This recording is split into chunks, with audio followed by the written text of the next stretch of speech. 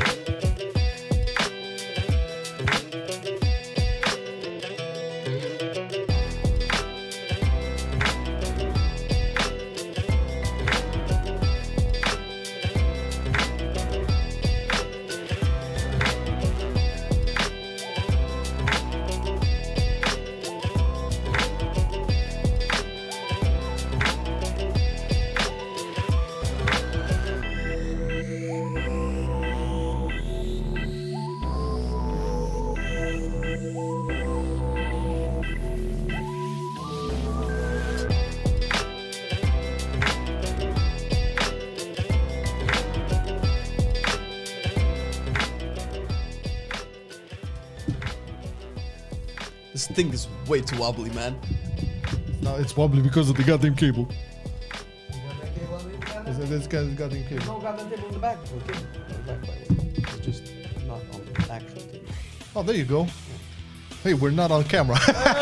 That's fine, because people can hear us, and they know that we are in their hearts, huh? That's so weird. All right, let's see. 3, 2, 1. Black screen, and here we are. Do you guys know what episode this is of Wrap Up? Do This you know? is episode, I'm gonna leave you to say it. He doesn't know. It's episode 20, actually. I was thinking that we should, change the suffix about it, but hey, oh my god. It's 20, Arch, it's 20. 19 was the last one. This is 20. And it's really good because it coincides with the 20th anniversary of World of Warcraft. World of Warcraft, true. I mean, true. how about that? Okay, now, Strickland and Rack and Arjat, Team Web on YouTube. Hell yeah. Yeah. So first things first, let's see if the audio is in check. Here. Are we synced? Is everything good? Please let us know. Whoever is... yo, boys, congrats on appearing on the video for the WoW anniversary. Yeah, thank you. It was a treat. And there you go, our Romanian homies. Felicitări, băieți, că ați apărut pe intro de seară. Hell yeah. It's been a trip for sure. I mean, okay, we can have a little story about that, actually. Yeah, because they didn't show the whole thing. Yeah, well, so the way that worked out was, the way it was planned is our lovely community manager from Blizzard EU, Vary, asked us if we can do something in regards to memories, impactful memories for the anniversary, something that we can talk about or even show video-wise or picture-wise or whatever. So we made a 5-minute video or something talking about lots of stuff and showing our first time WoW experience. It was among all those things, there was some footage with, oh my god, some of the very first WoW streams that Flame used to have from his parents. My mama was on stream. She almost had to sign a waiver for it. I mean, the OGs, I don't know how many OGs we have in chat right now, but the OGs remember those streams on YouTube where Flame was streaming from his parents' home and his mom walked in and gave him a plate of sandwiches and shit. He was all confused, yeah, thank you. I'm streaming. And we got that as well into the little thing. It's like Drake said, started from the bottom, now we're. Yeah, sure. But that didn't make the cut. And granted, she told us that, listen, guys, out of all that you send me, not everything is going to make it. And she wanted, the whole Flame's Mama thing was so funny. And she really wanted it to be in the anniversary video for a while, but it didn't make the cut. It is what it is. Well, imagine if it was for 10 people, all 5 minutes intros, would have been logged in the whole direct thing.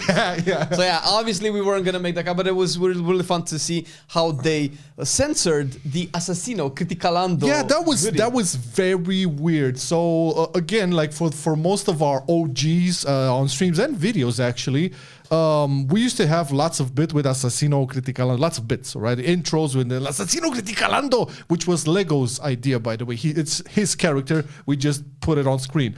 And the hoodie, okay, let's show the good people the hoodie that was censored, actually, because it's us, basically, from our intro. So look at that. See? Yeah. See, it's from our merch, right? It's me and Flame. I don't know why I had to censor this. Maybe they thought it was somebody else there. See, Flame, we have lost so much weight. I was about to say, it's 3 people here, but there's only 2. And it's not. It says El Assassino. So I thought I'm gonna speak in the microphone. I thought for sure that the problem with this was the fact that Assassin was on the hoodie. But I don't think so. Maybe they were legit worried that this was like different people. You can barely read it. It's El Assassino. Yeah, and it was like kind of this far off from the camera, right? From our edit, more or less. Yeah, it was weird because when we saw it, it's like looking at it. We were with both me, Flame, and Mokti, watching the thing live, recording it. And when I heard my voice, it's like, oh, that's us. It's coming. And then when we saw, it's like, well, why the fuck did they censor that? Why did they blur that out? It was weird. And then of course we got Sanix who revealed the mystery secret. It was a sexy Vulpera furry kink that I thought was secret, and I disclosed to Sanix in secret. But now everybody knows. Yeah. Kai says they would have had to pay us. Well, see, we already signed an agreement for having our faces and all of that on that true, video. But that's merch. Maybe that would be under a different clause, legally speaking. You think so? But I had a T-shirt which. I mean, it's not merch, but it could well enough be. How would they know? But they also censored a dude's background. I think some stuff that he had on some. They also censored a dude's face. Imagine that. Your face is not safe for the internet, man. We don't know who that shit is, but he was not signing with us. But yeah, so they were probably just like super panicky, super paranoid. It's fine. It was just hilarious. That was all it. Yeah. But. All in all, it has been some crazy days with all of the announcements. We were very excited for Classic.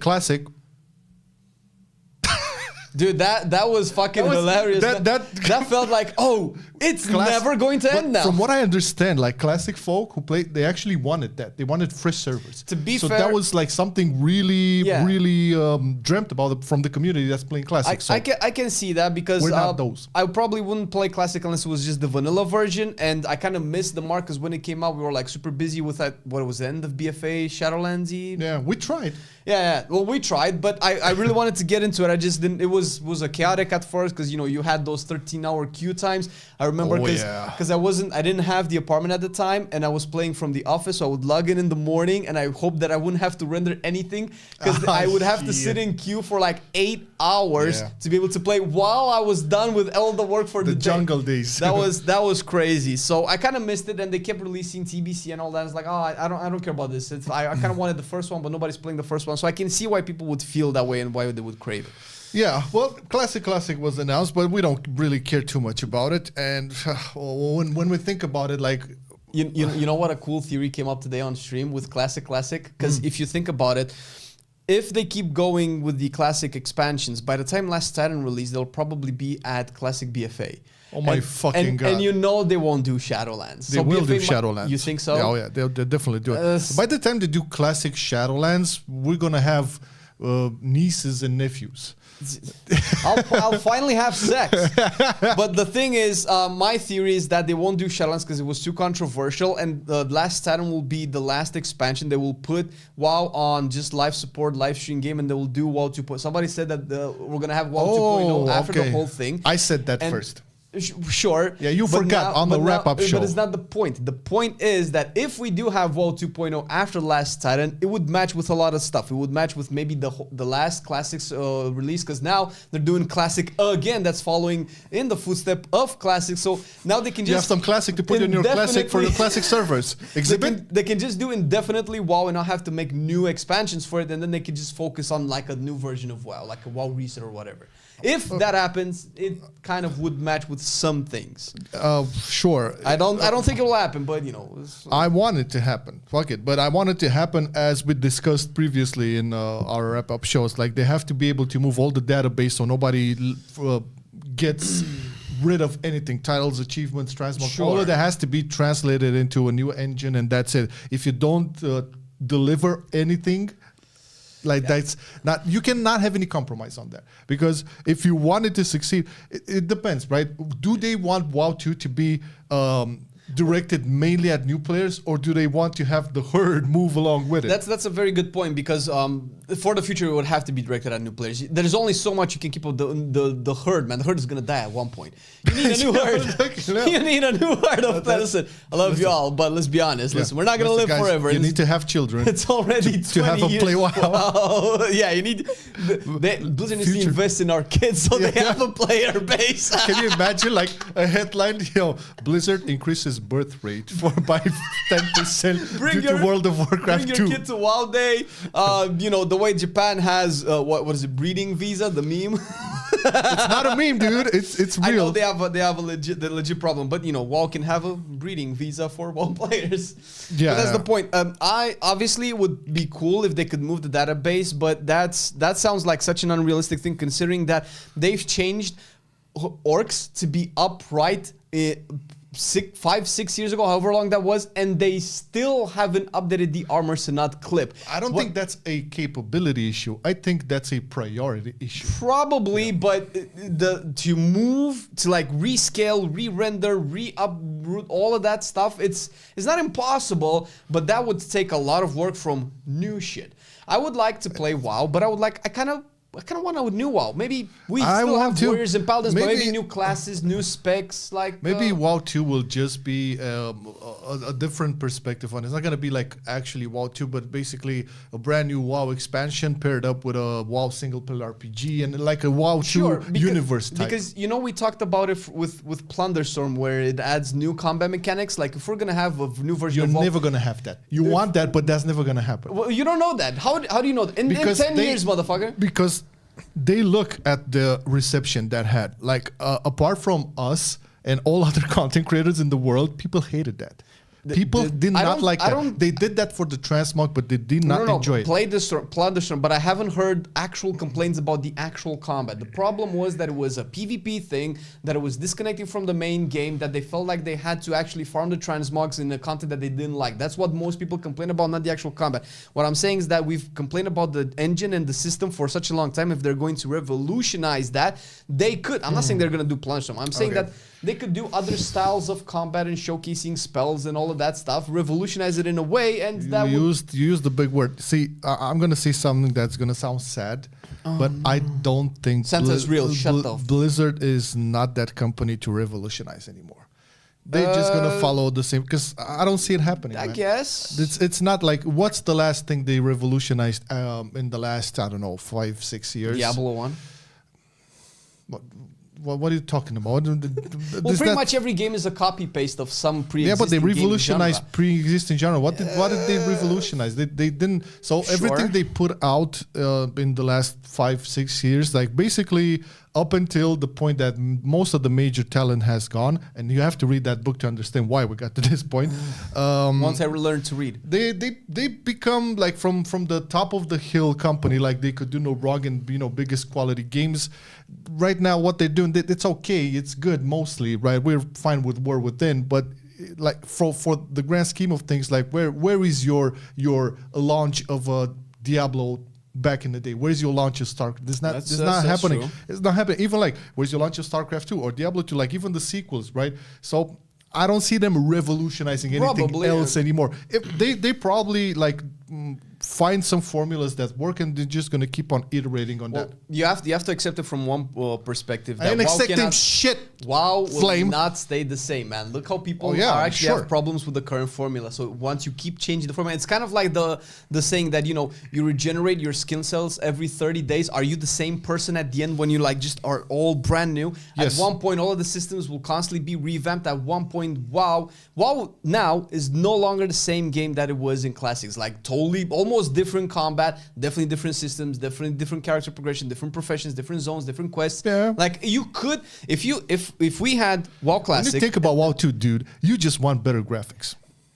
Not really. Yes, I'm telling you, people just want better graphics. They don't care. That's what people might want, sure, and I can dig that. But let's see, if you take WoW Classic and you put it side by side with the War Within, you could say the War Within is WoW 2.0. It's so different from the original. You can call it WoW 4.0 at this point because it's different than so Wrath. That's what I'm saying. It will keep evolve to a point where they keep replacing old archaic stuff with new stuff. How much are they going to go into the replacing That is actually an argument I've heard before, where basically you could consider each launch of a new expansion a new version of WoW. So if you think about it in that term, you have Burning Crusade, which is WoW 2.0. You have Wrath of Lich King, which is 3.0, and blah, blah, blah, blah. That's how it goes. So if you're going to look up until this point, like War Within is like WoW 11.0. Sure. So you already had WoW 2.0 14 years ago. Yeah. 18 years ago. Yeah, it has to be something else. I don't see them doing... but that's what I'm saying.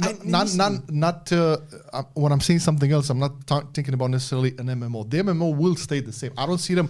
They will evolve systems. They will keep on the same road. Classic. They will classicize the classicness out of the classics, okay? Not the point. The point is WoW 2.0 would probably...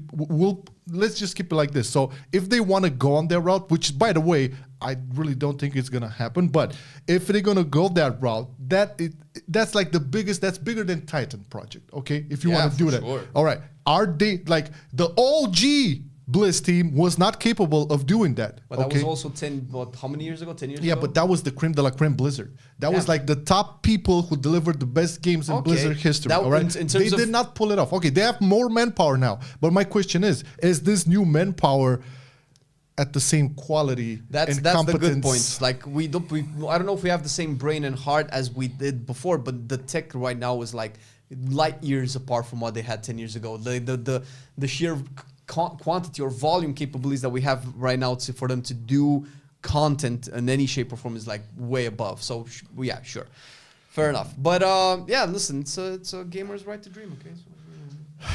So, no dreaming for you. No dreaming for you. All right, let's talk about what was announced, because we didn't really like cover it too much in yesterday's video. So let's do it now, and we have to start with the player housing, because player housing is a very contentious topic. Like I went through today, like all the Reddits, all the forums. It's very interesting to see how people are siding with this. It's very black and white. So you have people who people who are really excited about this and wanted it for years, and people who see no point, no reason whatsoever. So we were going to go into the discussion here today on what this could potentially mean, what impact would this have, and it will have it in Midnight, so basically the next expansion. Yeah. And how would this be translated into current gameplay? Because this obviously is here a system that will be here to stay, so they have to take it for the bigger picture, right? It's not going to be something, you're going to have this only in Midnight. See, in the last time, no more houses. Yeah, right? Now that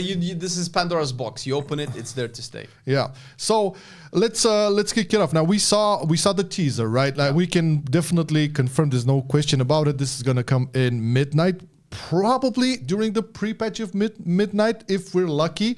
But my first question when I saw this and what popped into my head is like, where would the plots be? Where would you? That was one of the most interesting questions. But no, for real. Like, think about it. Okay, so we now have the phasing tech, right? Which is basically they use that somehow in garrisons. Now, it would be a real shame if like the majority of people would not be able to see your house. I think one of the coolest things about houses like player housing and stuff is actually getting people in and showing off your trophies, your armors, your whatever, your decoration skills. I don't care. How would that work? Like, where do you think they would be able to plot houses for thousands of players? We've had this discussion for about 3 hours today on stream. I have so many ideas. I hope you're ready. God. So, but think about the tech, okay? Yeah, of course. In mind the technology. I think the tech is fine. The tech is probably the least of the problems. The problem is, or if there is like an obstacle, is implementation. I think you have to not just do this at the level of people that people expect. Oh, you just have an instance, little chamber that you go in and that's you. No, I think this will have to go a step above, and we have to take garrisons as a comparison. First of all, there has to be the element of you liking your own house, and there has to be the element of you showing your own house, like you said. And there's also and in you liking your own house, that means that you have to have options. You cannot just get one house and that's it. That's all you get. One little house in Stormwind, and it's instance for everybody, and everybody's in the same place, and so on and so forth. That's not going to be how it is. I think that the player housing will come with revamped capital cities, because I have taken a flight today in all of the capital cities of the world, and not all of them have spaces for houses, if they will be in capital cities, because I'm thinking, if I am a human, I want to have my house in Stormwind. But me too. I also want a farm and gold share because you know what? Something that's cool that the garrisons did, that you had a barn for your mounts. That could be a cool way to sell the housing concept. Oh, this is my invincible. Look at it prancing around and eating the grass, right? That's a way to showcase it visibly to people. Yeah, I mean, it would be that would be cool.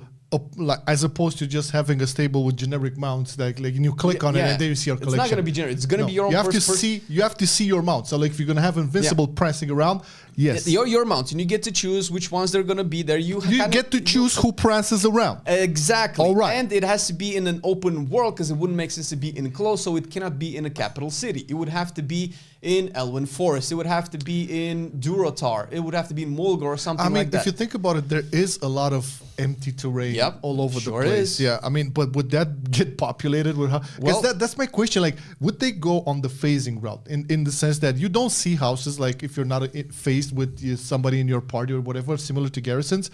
Or would they go all out? Would the server support this type of shit? I don't. Well, there's way too many people, and everybody wants to have their own thing. I think a realistic way of doing it is the party leader gets to have their housing phase into the world for the entire party to visit in. Yeah. And we go to a second point. But because I went into the new Night Owl city, because obviously Darnassus is burned, it's ash.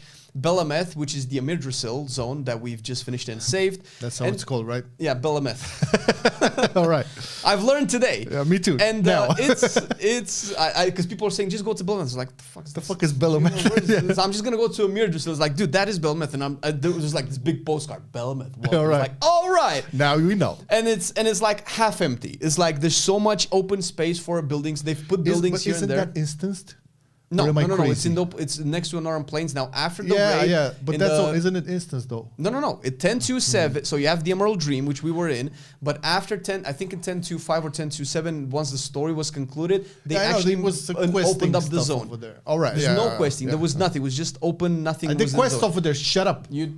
There is a Night Elf quest with Malfurion talking about her, a kid of Night Elf. Whatever. That's not the point. I did quest. The point is that there's space for them to keep adding houses. And if they want, and if they say, dude, Joey, you get to have a house in World of Warcraft, where would you want it? Oh, gee, I wanted it in Orgrimmar or in Stormwind. The thing is, Orgrimmar at the very least doesn't have space for houses. So you know that is going to have to follow up with a revamp of the capital city, because Orgrimmar is like two versions of Orgrimmar.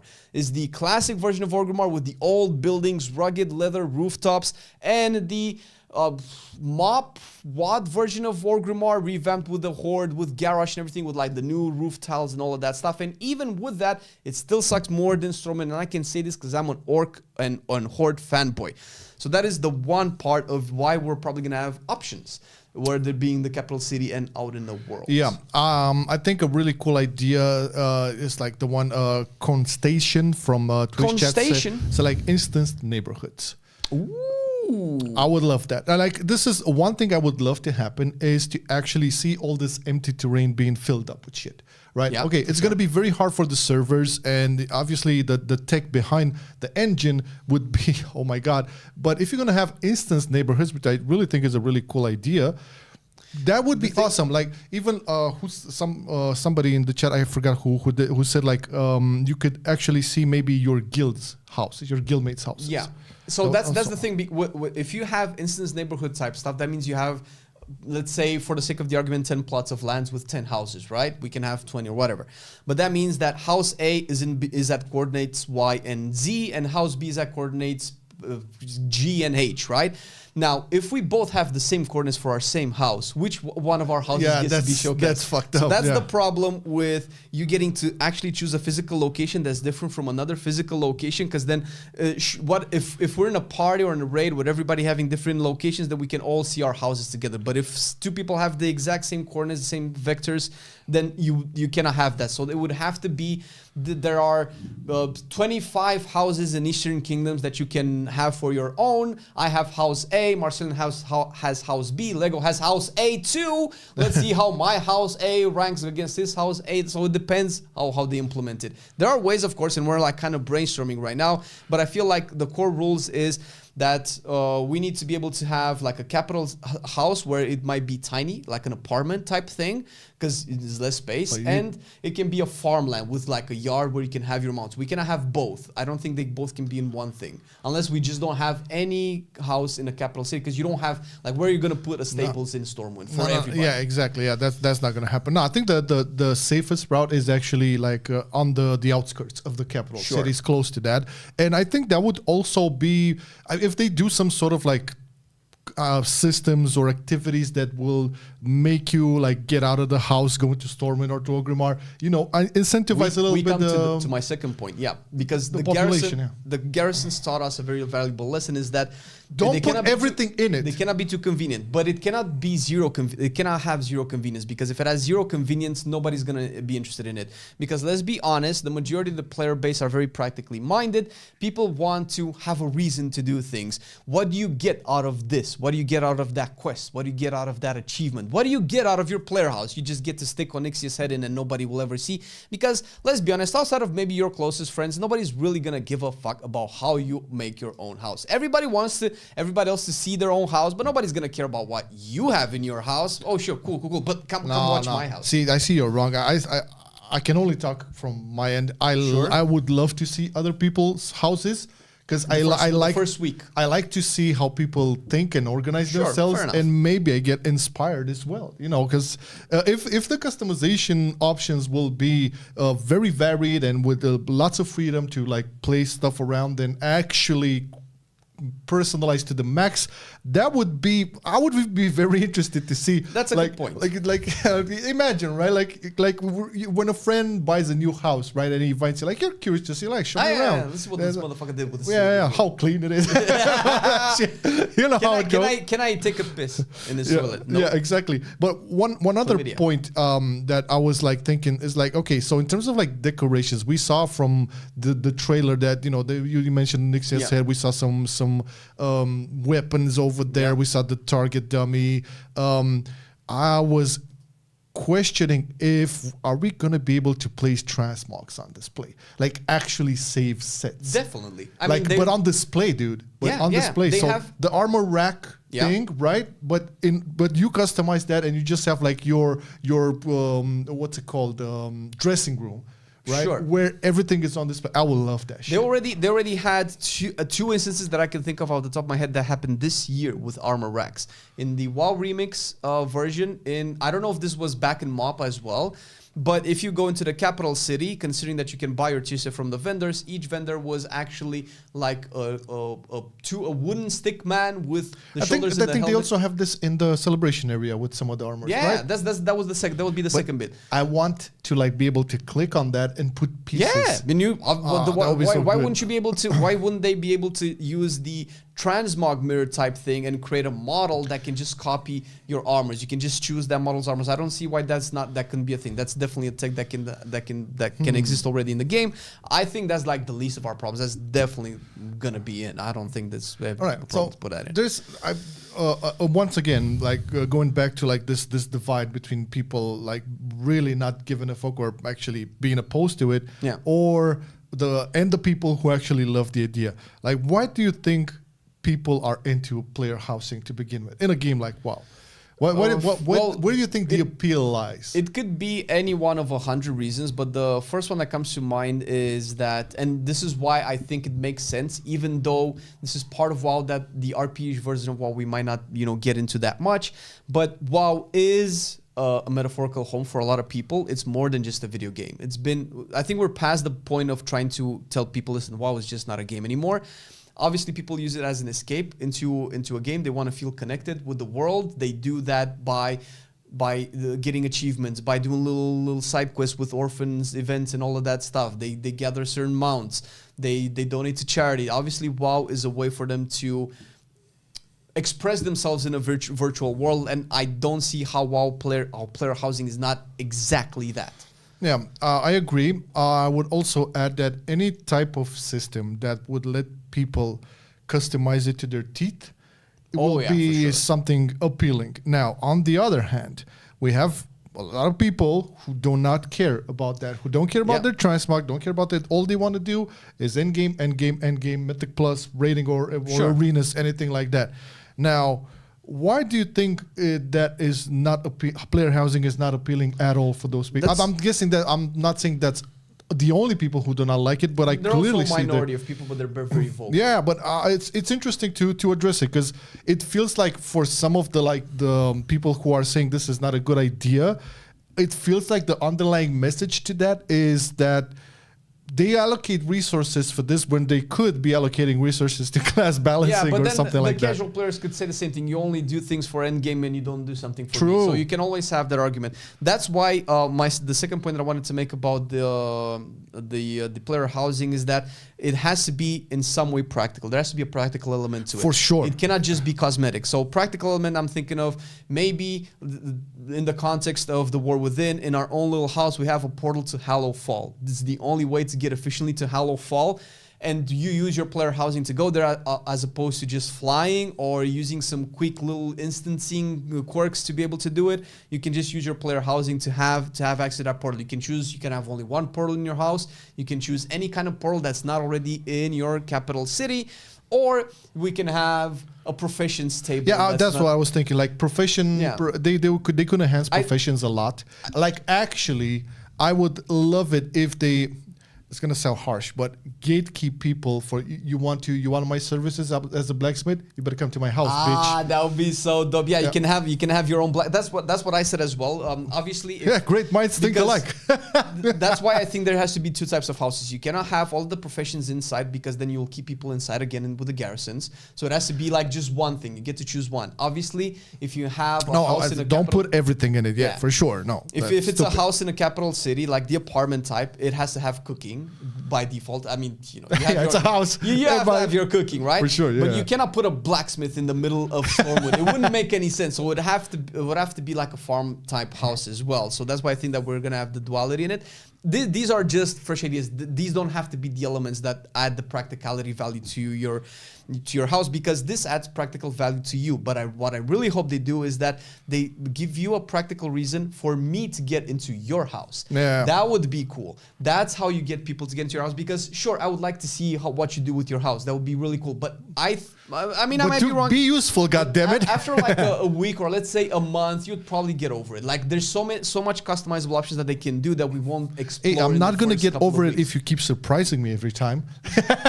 dude, we barely have time to get into a dungeon. Are you telling me that you're gonna say, okay, let's not go into a key. Let me see what you do with your place. What would be even cooler is that you actually have a key system and you give me the keys from your house, and when you're not playing, I can go in and fuck up everything. Oh, look at that shit. You're gonna draw dicks on my wall, man. I just know it. Of course, it's gonna be the penis house. Yeah, really derailing, but they're just going off wild here. They can go a million different places. I still believe, like, in order to not like transcend into what garrisons used to be, apart from not giving everything inside there, man, they should like really implement some things that would like at least incentivize you to like move away from the house towards the capital city or whatever the central hub is. Because if we're gonna live garrisons once again, and they know garrisons failed, and I'm hoping they take that to heart and make this actually work in a way that it would have people with their houses actually go out, interact with others, and so on and so forth. You might know this better than me, but if I recall, what I recall about WoW is that garrisons were supposed to be bases of operations that you start things from, and that develop into the zone. But the problem is that they probably didn't figure out how to do that efficiently, so they just and the efficiency of garrisons, I don't remember them being day one. I think they just developed throughout the patches, and it ended up being the one hub does all thing by the end. I don't think it was that at the beginning, because I remember the herb garden was like tiny. You could just get 2 floors. You still had to go out. You had auction house over there. You had from like not from the beginning, from leveling. Like the mine. You had 2 patches in Warlords of Draenor. In first patch, you had everything, dude. It's not like, oh my god, this came later. It was a matter of progression. But once and you had the hardcore boys who like just got it over quickly. They had everything. Nobody moved. There's no need to go outside.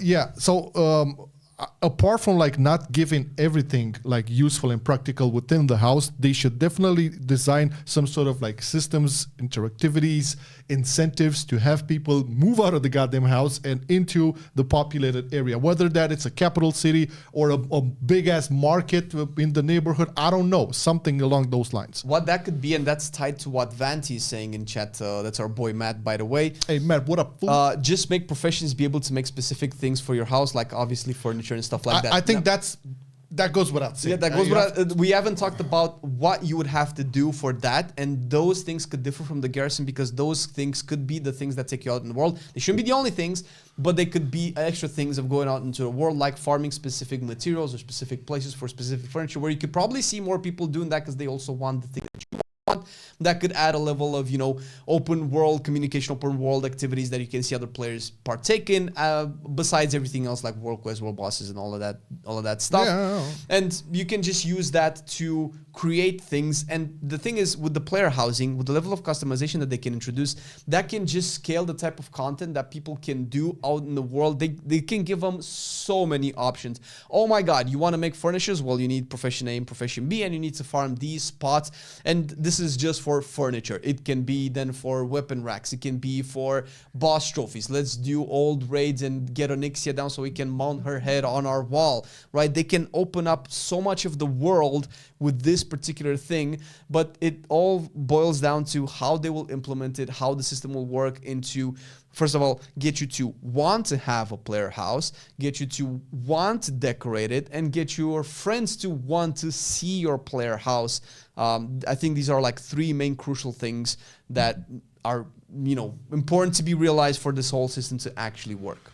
And I think Stormy, the Scrub Lord, actually made a really good point, and I can see this, all right? So they shouldn't make player housing mandatory or too powerful so people feel they are left behind, okay? So purely cosmetic is one thing, practicality is one thing, but mandatory is a whole other thing. And I agree here. They cannot go that far where you have to get into player housing and able to progress your character and have this edge in power or whatever. So maybe with the whole implementation of, okay, maybe professions would be a thing, because even now, like if you want to get into professions, you can or not, or if not, you can just go into public quarters, right? It's not mandatory to go into professions, is what I'm saying. It should be the same thing with the player housing. They should not have this be a requirement for people, especially because I can see the point of people not caring. I can see that. Not everybody will care about everything we talk about here on all of that. So it's fine, but please, Blizzard, do not make it mandatory. It's all I'm saying. Yeah, that's for sure. Like something that came to mind just now. What if, because you know how inns give you XP, rested XP for leveling, player housing can give you rested reputation levels. Yeah. I mean, dude, if we're gonna go for ideas here, there's gonna be plenty of. But that would probably be on the mandatory stuff, right? Like maybe don't make, because if you have to farm, they're gonna give the edge. I mean, if reputation doesn't give you that edge, like listen, like start off War Within, right? If you wanted to go balls deep reputation, you could, and you had a little bit more gear at the start of the season, but that gear got like old pretty quick. I mean, it's not like how much of an edge was that really. I mean, you can talk about an edge having the pre-purchase dudes getting the access and getting the leveling. That's a different topic. But hey, I do want to shout out Milky Balls GG, because he subscribed with Prime. Is like for 11 months, currently on a 4-month streak. Thank you, Milky.gg. We love to say Milky Balls. Yeah, I just said Milky. This is gonna be cut from our YouTube versions of the videos. Yeah, they don't enter like that now. But overall, I feel the idea is great, and regardless if people see the potential of it or not, like okay, you see it not that useful, you don't care that much, that's cool. They should implement it in a way that those people would not be affected too much by it. They shouldn't feel like they're necessarily missing out on something, but at the end of the day, if you release content, you want people to engage with the content, and you cannot satisfy everybody. We had probably the same discussion about Delves, and Delves turned out to be a little bit better than what we hoped without the initial backlash that would. It was the best way to gear. Yeah, they made it that way. They engineered it so that Delves gear was pretty cool, pretty challenging. Yeah. And if they keep updating with the Delves, which we're probably get to at one point, maybe. It can be a cool system, but like I said, it's not, plus 12s are not for everybody. They designed plus 12s as a system. They've designed plus 10s as a system, and then there's the rest of the Mythic Plus. Yeah. You can kind of consider each one to be a little bit different than the other, and it's not for everybody. Like if I would be a casual player that just like to do normal Mythic Zeros and Delves, I would be like, why do you spend all of this time on plus 12s? I'm never gonna do it, right? So there's always the other side of the coin. Right, player housing, man. I think we can talk about player housing all night long, sure. but there's definitely other stuff to get into, and specifically, I do want to start off with the actual roadmap because I know you didn't have time to look at it yesterday too much. I saw a couple of things that you wrote down. It's spicy. I did not know about all of Yeah, and one thing I didn't write down, but we can definitely have a jab at it. So I don't know if like everybody is in tune with what's happening with the roadmap, but obviously there's all of the things that we knew is going to come, basically 11.07, all of that. But we do have the 11.1 things over here, much more clear. So let's see if I think I cropped this out. Yeah, here we go. So Undermine 11.1, obviously the new zone Undermine, new raid, Liberation of Undermine, which by the way, I thought that looked amazing. Yeah. The bosses and all of that.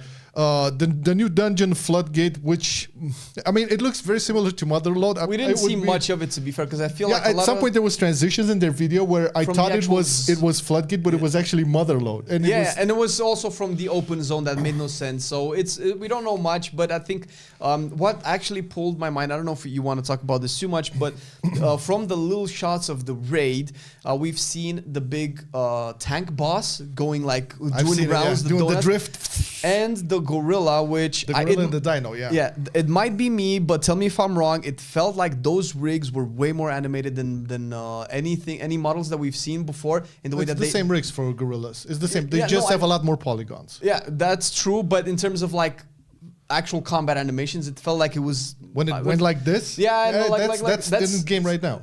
Oh, it is okay. You can check that with a couple of like high-res polygon gorilla pets for hunters, and they can have that. Okay, cool. Look in WoW model view, you're going to see it. Oh, cool. But it is true that with each and every new expansion, they keep up-resing the textures. They are able to add like a couple more polygons, and the effect is like, yeah, it's much more smoother, and you feel like, oh my, but the truth is like rigging is like, in order for them to update it constantly, that takes a lot, and I think the engine has its limitations on that, so they cannot go too much on it. You know, I remember the Battle for the Zara Lore gorilla boss that we used to fight at the start of the raid, if you remember. I remember, of course. I don't remember it being that animated. Is what I'm trying to say. Yeah, because you were looking at its feet mostly. Probably. The gorilla feet, not Zalta's feet. Yeah.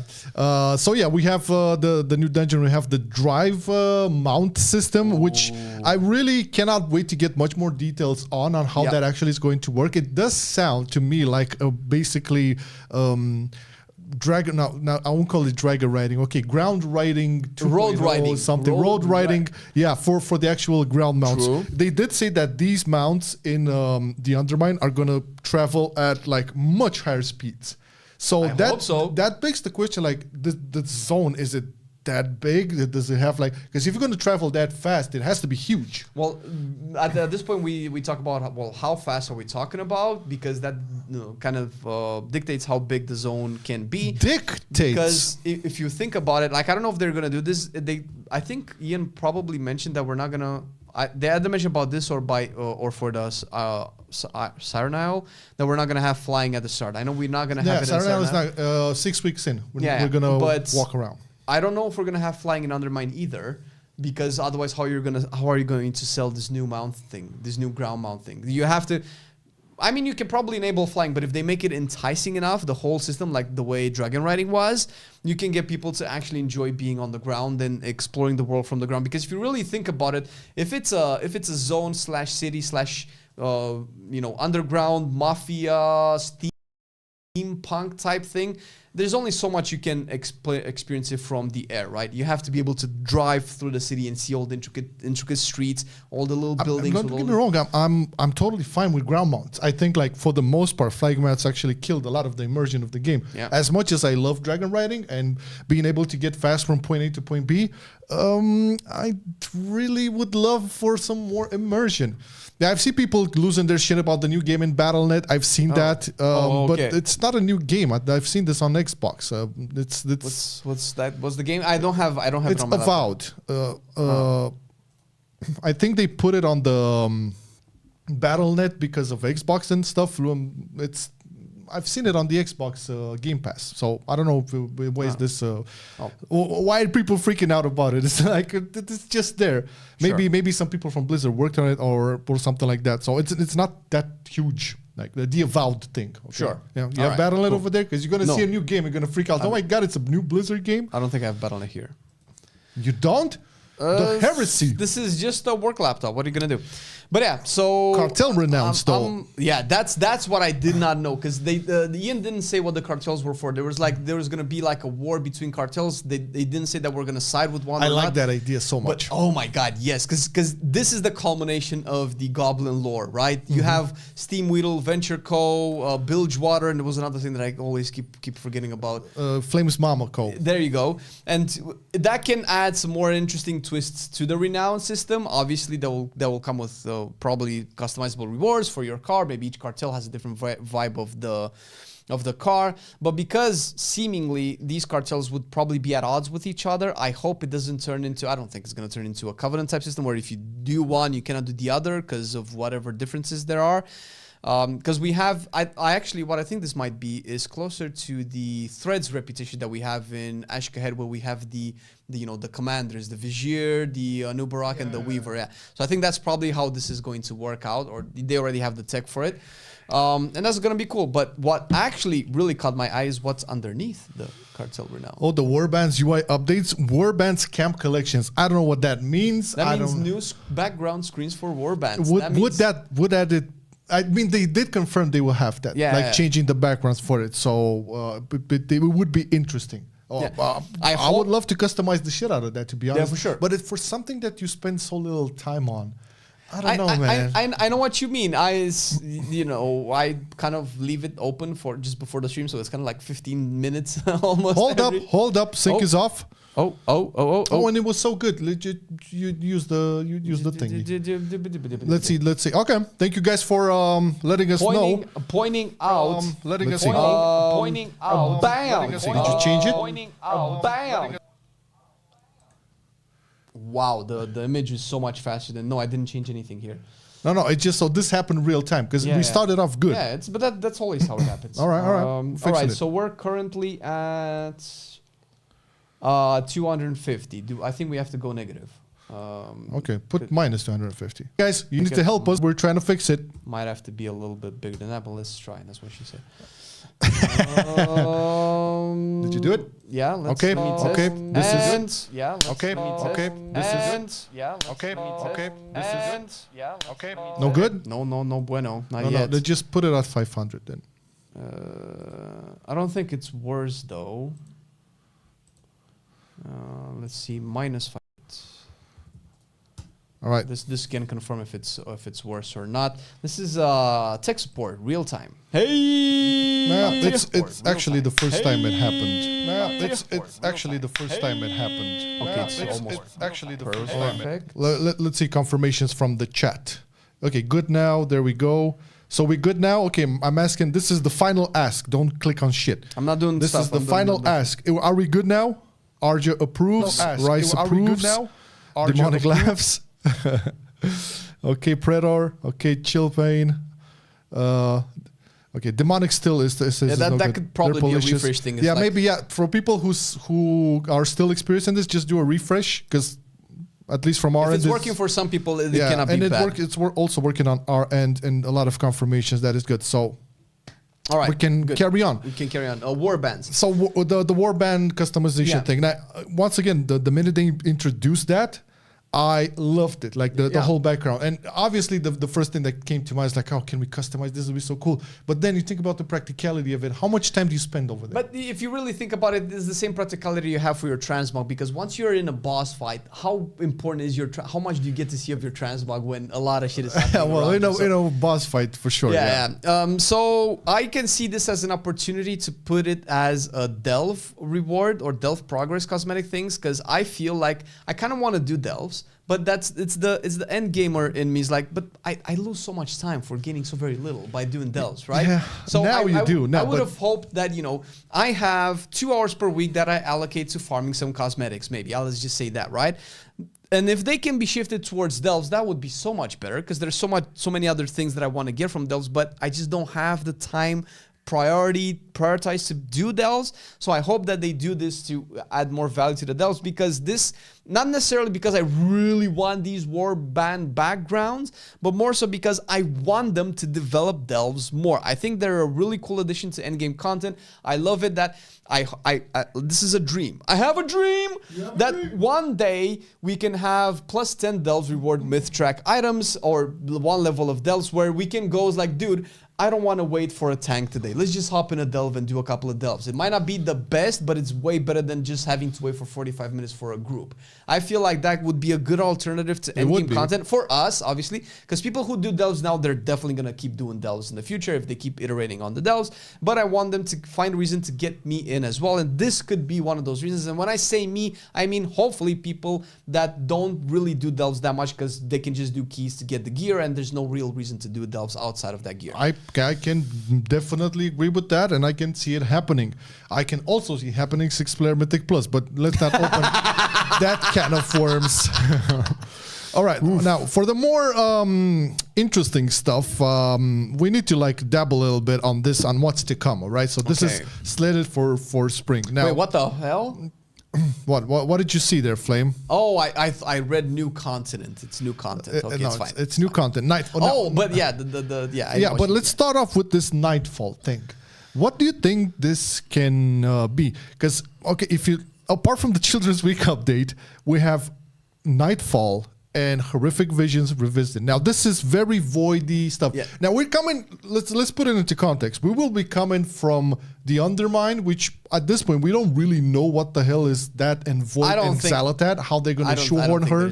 I think I know Ian said this because he was very aware. It's like, oh, we know that players think that it might not have a good connection to Zalatat, and it doesn't, because when we said that too. But he said, but rest assured, there is a connection. I translated that to like, we're gonna make a connection there. Yeah, not that there's a naturally organic progression towards that connection. That's not gonna happen. Maybe he's gonna surprise us. Yeah, I'm open. Like I said, maybe Zalatat dipped her toes into Undermine, and now Gallium is farming it for bathwater. She dipped her toes. So we don't know if that's what's going to be, but hopefully Nightfall. I'm still kind of hoping we get that Arathi patch. That's gonna be 11-2. That's gonna be 11-2. But that would, the Nightfall would probably be the prologue to it, right? Night falls, because the only night and day cycle concept that we have right now is within Hallowfall with the Belladar thing. Yep. We could have that because Nightfall implies its foil, which is light and sun and all of that, and the foil now is light and shadow, and that's Arathi, Lamplighters, and the voidy stuff that we kind of still haven't solved. So that's gonna be like basically the prelude to what's gonna happen. So that's because I was always thinking that the 0.7 is going to be the prelude, not the 0.5. That's what I'm asking. That's a very good point. Is it a mega dungeon though? I think that was what I was thinking about, because usually like you get the mega dungeons in mid cycles from patches and stuff. It could be very themed around what you said, like preluding what's going to happen. But I feel this is our next mega dungeon, and it's gonna be very themed with the Void, and probably Zalatat is going to be much more involved with that shit. And call me an idiot, but I'm pretty excited for Horrific Visions. I love Horrific Visions. Dude, that was so cool. I didn't like that you had to like grind them for stuff, but the way they were made, I loved Horrific Visions. Where are my BFA babies? This day, that's the closest roguelike we've ever gotten. Exactly, much better than Torghast, by the way. And Torghast had a lot of potential. Yeah. So Horrific Visions Revisited. Now, we already kind of loved the way it was implemented, because you seen the horrific vision of Orgrimmar, of Stormwind, and it, all of that in the Veil of Eternal Blossoms. And where are these going to happen now? Because I don't think it's going to go once again in Stormwind and That's Orgrimmar. my worry. I hope they don't just do not this worry. as a time Have walking. faith. In the horrific visions. So they will either just recycle the content, which I hope they don't, because that's just boring, or they use the horrific visions model to do horrific visions 2.0, where and that comes with heavy implications that there's old god things at work, because that was what it's either that, like old god Xalatath stuff, or Xalatath and that dimensions fellow we keep hearing about, you know, because void, we have a void. That's I mean, you cannot. That's so a tough dude. horrific visions in BFA was a lot about N'Zoth, right? But the horrific visions are basically you going crazy. That's what those were. But who's making us crazy now? Because that was N'Zoth. Yeah, N'Zoth who's is now the crazy thing. Because I feel like you cannot tell me Xalatath's going to make me go crazy. No. Well, that's the thing, because if I'm not mistaken, every old god has a theme, right? Yaxran was the despair thing. Oh, your friend, you're never gonna succeed. Or that was Cthulhu. Everybody will remember fail, all the everybody teams. will die. Yeah, I know N'Zoth was the weakest out of them all, but the smartest. Yeah, but he was with the going insane thing. Like every old god has it. Every old god. Every gold god. They can be gold. They all had their thing, and I think insanity was N'Zoth's thing, right? So if they keep to that, that means that this will either have ties to N'Zoth, and he's gonna be back somehow, or this can just be totally separate from it. And they okay. But in terms of like actual mechanics, because when I think about horrific visions revisited, are they going to like improve on that game? Because you have to remember, like horrific visions had the mechanic with the insanity bar, which you mentioned. How would that be translated here?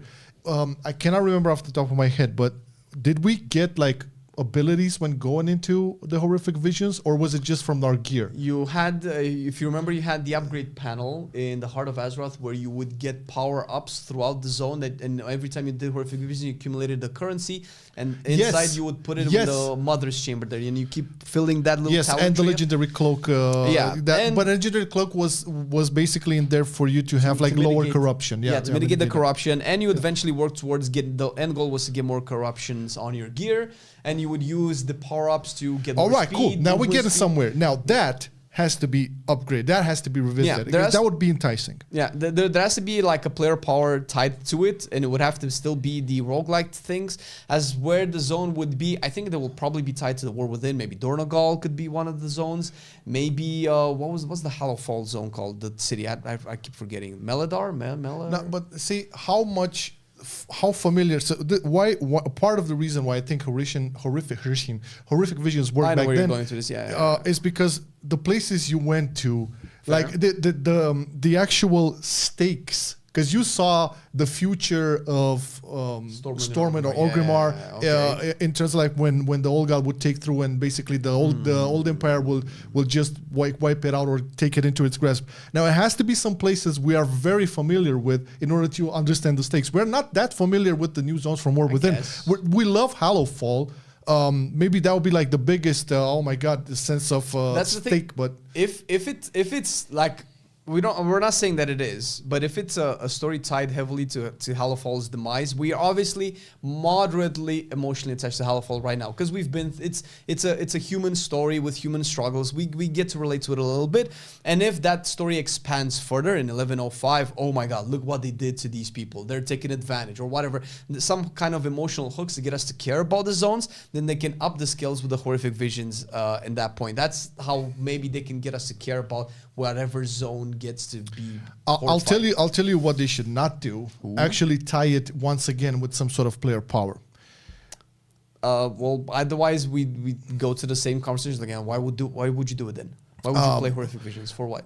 Oh well, cosmetics, of course. I mean, that's gonna be so. When the last time, this is why I hated horrific visions. At some point, we needed to do so much of them in order to get like the currencies and all of that. It felt like the grind was too much, right? So I would rather they focus on making an actual cool gameplay experience rather than a treadmill where you feel like super stressed out and pushed to do it because you're going to gain some edge and power. That's why I think that's where they went wrong with Torghast. That's when they went wrong with all of this basically external powers that you would gain if you would grind the fuck out of these systems. Now, if the focus would be on actual revisiting, maybe just have like cool gameplay elements and entice us to get there. Sure, maybe I don't know, a little bump in player power, because this is going to be in 11.1.5. We are basically going to be somewhere at the mid-season, or probably to like 60 or 70% of the season 2. So it's not going to be that impactful anymore for like things like Mythic Plus pushing or mythic rating progression. It's going to be a little bit later on, right? So maybe a little bit of power linked to it will be interesting, but if they're going to put like all of like how they did in the BFA, I think it's going to be a failed system, like regardless of how much you revise the shit. I see your points. I feel like if they don't tie it to some kind of player power, it's going to go past the wayside. It's going to turn into another Delves, and Delves actually have player power tied to them. It's just a limited source of player power. For most people, it will become dead content, and that's not what Horrific Visions were in the end.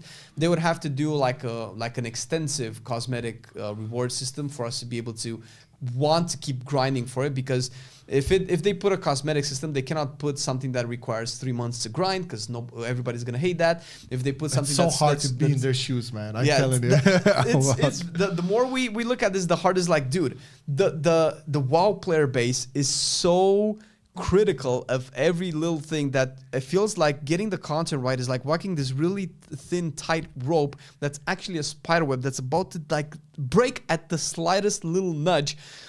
So yeah, I don't envy them whatsoever.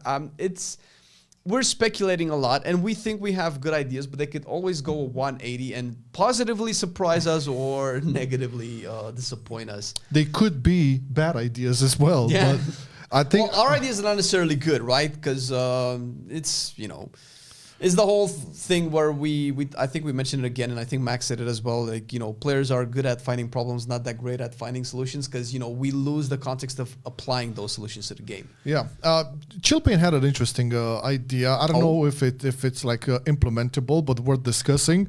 Horrific Visions inside the M+, but in the old ones. In the Motherlode and the. I mean, if you think about it, we had like remember what was it in season 3 of BFA when we had the old Awakening, I think it was called? I think it was Awakening, where you had the little teleports and you had to fight the lieutenants from. So it was something along those lines, but actually having a Horrific Vision within an old dungeon. Well, the thing is, there's some context that we're not talking about, and I don't know if they're ready to handle it, but they cannot keep Mythic Plus the way it is now in the next season. They didn't announce what I wanted them to announce. So that's a big problem, and maybe they have something in the works and they're not ready to announce it yet. But we cannot have the same version of Mythic Plus season 2 that we have right now, because people did not positively respond to it. So the reason we haven't made any video about it yet is because much more information regarding 11.1 is going to come out in the next couple of weeks. Yeah. So we are holding our breaths essentially for significant changes to Mythic Plus. At least I am. That's the reason why I'm saying this, and the reason is relevant to what Chillpain said is if we have a kind of a revamp of affixes, maybe one of those affixes could be the Horrific Vision event.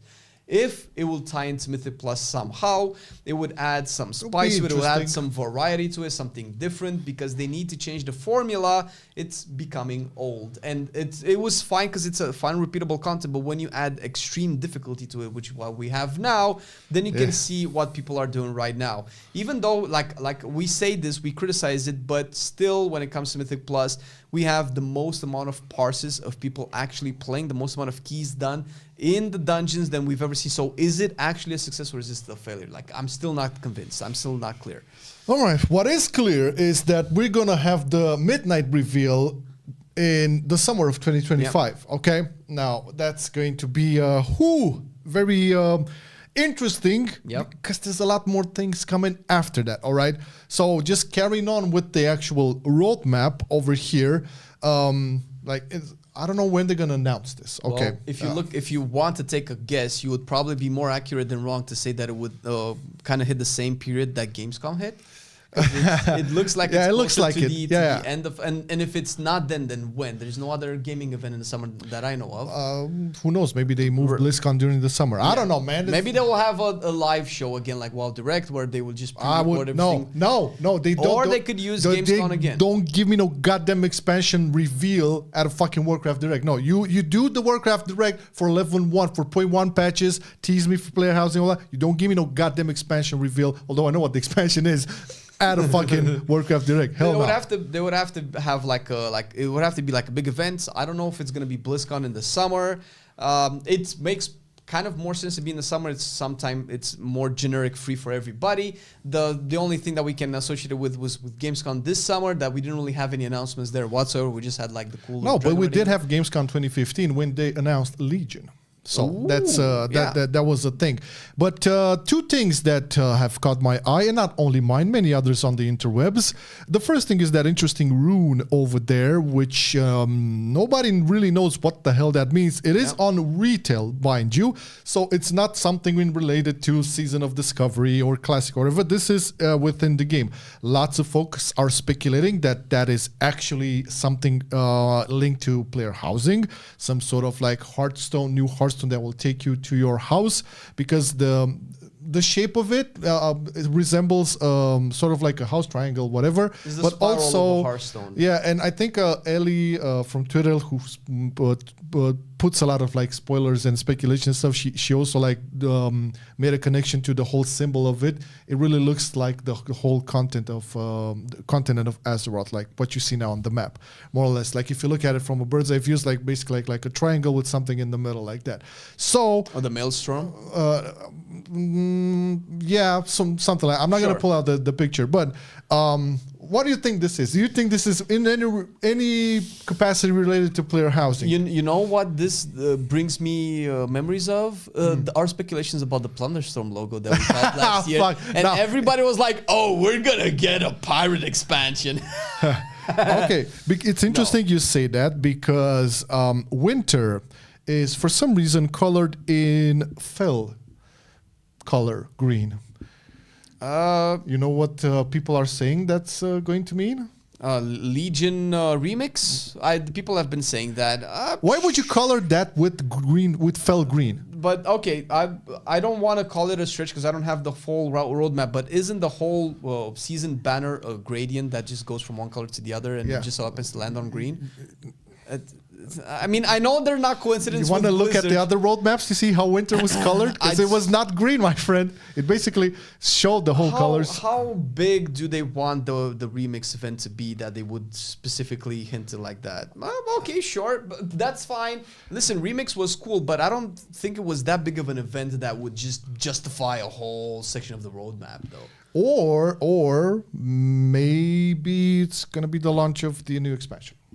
Okay, we've talked about this yesterday, because we have to think about the cadence of the patch, and this comes with two possible sides of a coin. Either we're gonna have a fated season, which that's not gonna happen. I don't think that's not gonna happen. If we're not, then 11.2.7 has to at least be out for at least a month. Because they're gonna add story and quests, new content. They don't really launch in between patches for less than a month. When is the last time they did a 0.3 patch?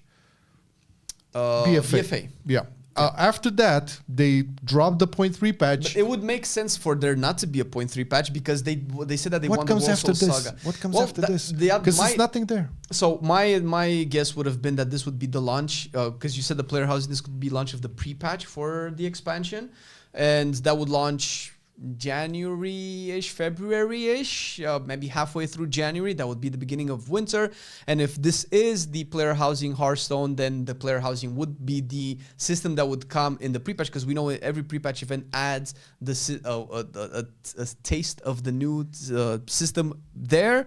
Usually this used to be the new talents that we would have gotten in the early expansions.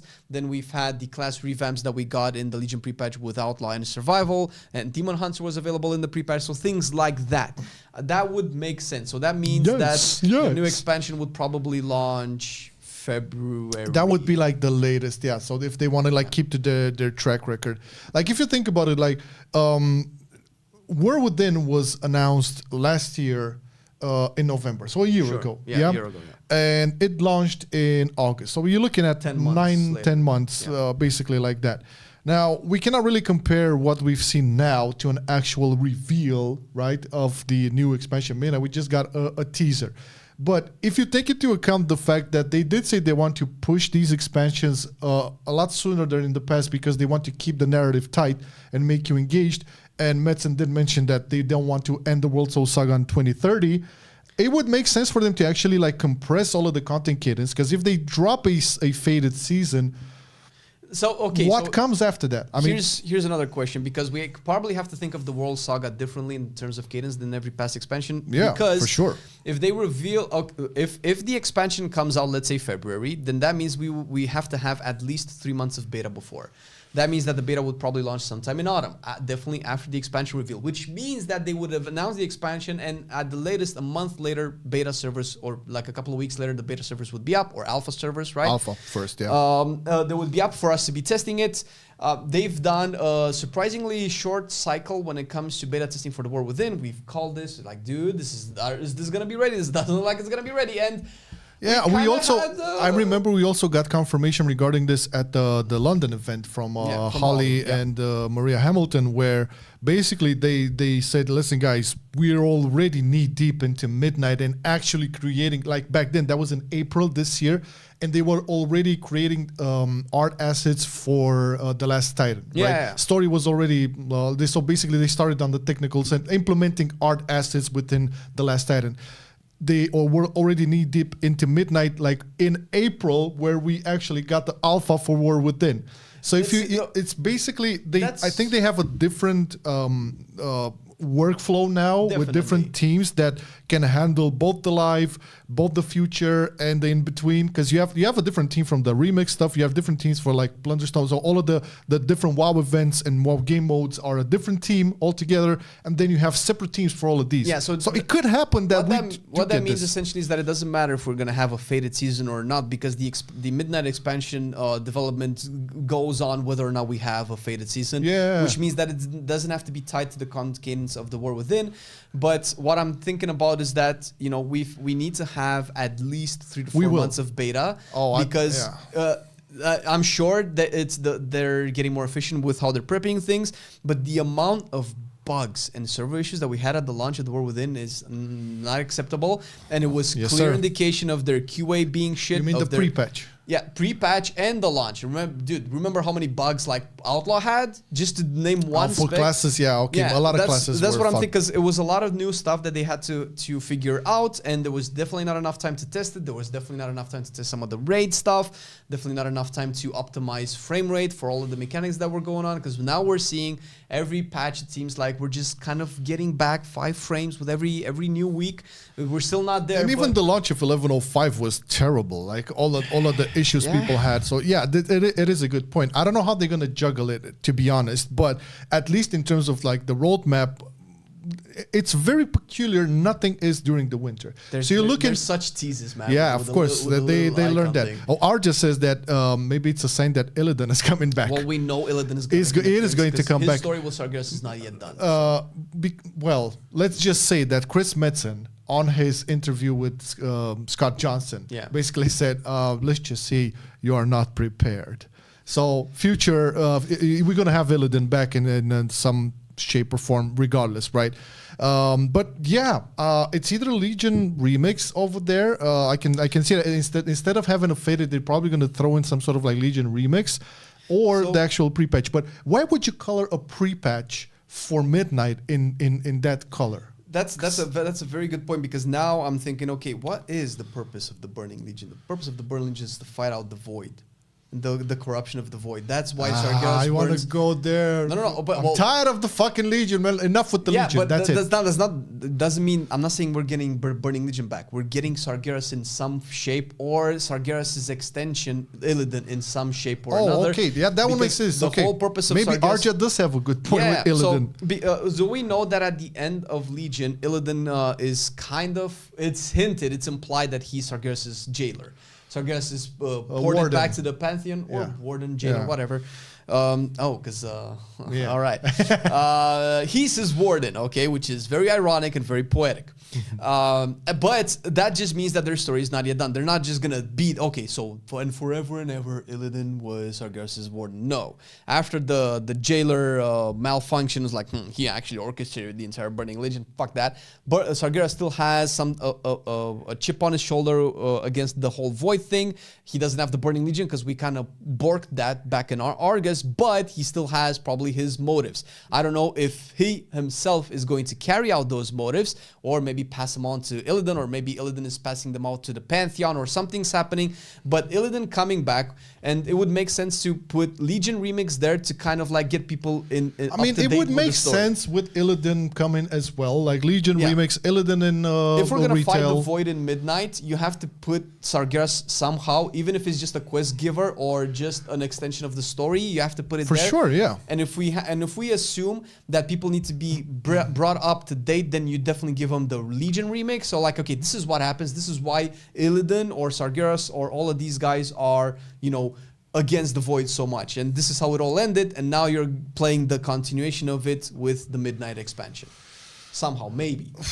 It's a lot to chew on, man. It's a stretch. It's a lot to chew on. But I think we can get back into 11.1 a bit with some speculation. If you, it's like we haven't done that so far. No, but actually like something that a little bit more specific, because like when you think about it, so it's clear. Like I have expressed my distaste. Sure, something in those lines. Like I'm not that giga hyped about goblins and stuff. I know you are, and that's fine. Listen, I'm not like trashing on the new patch. I mean, if it's gonna be cool and all, I'm more than open to try it out and give it its chance. I would rather be in, the Empire of Howlfall and all of that, but maybe 11.2. Now, getting back to 11.1, just thinking about the whole theme of it with goblins, and goblins being like very intelligent and creative creatures, basically. They have high technology and all of that. Do you think the tier set bonuses we're going to have are going to be translated into that? Oh, for sure. Like, but possibly getting us finally into some more, dare I say, complex tier set bonuses? Well, we know that they intentionally make the season 1 tier set simpler just to get people accustomed to the new things. Yeah, but I didn't feel like back in Dragonflight, I didn't feel like season 2 tier sets were that much. No, but they were definitely more complex than season 1. Do we want more complex? Let's put it like this. So if we're gonna have this team of like goblins and explosions and inventions and all types of techie stuff, right?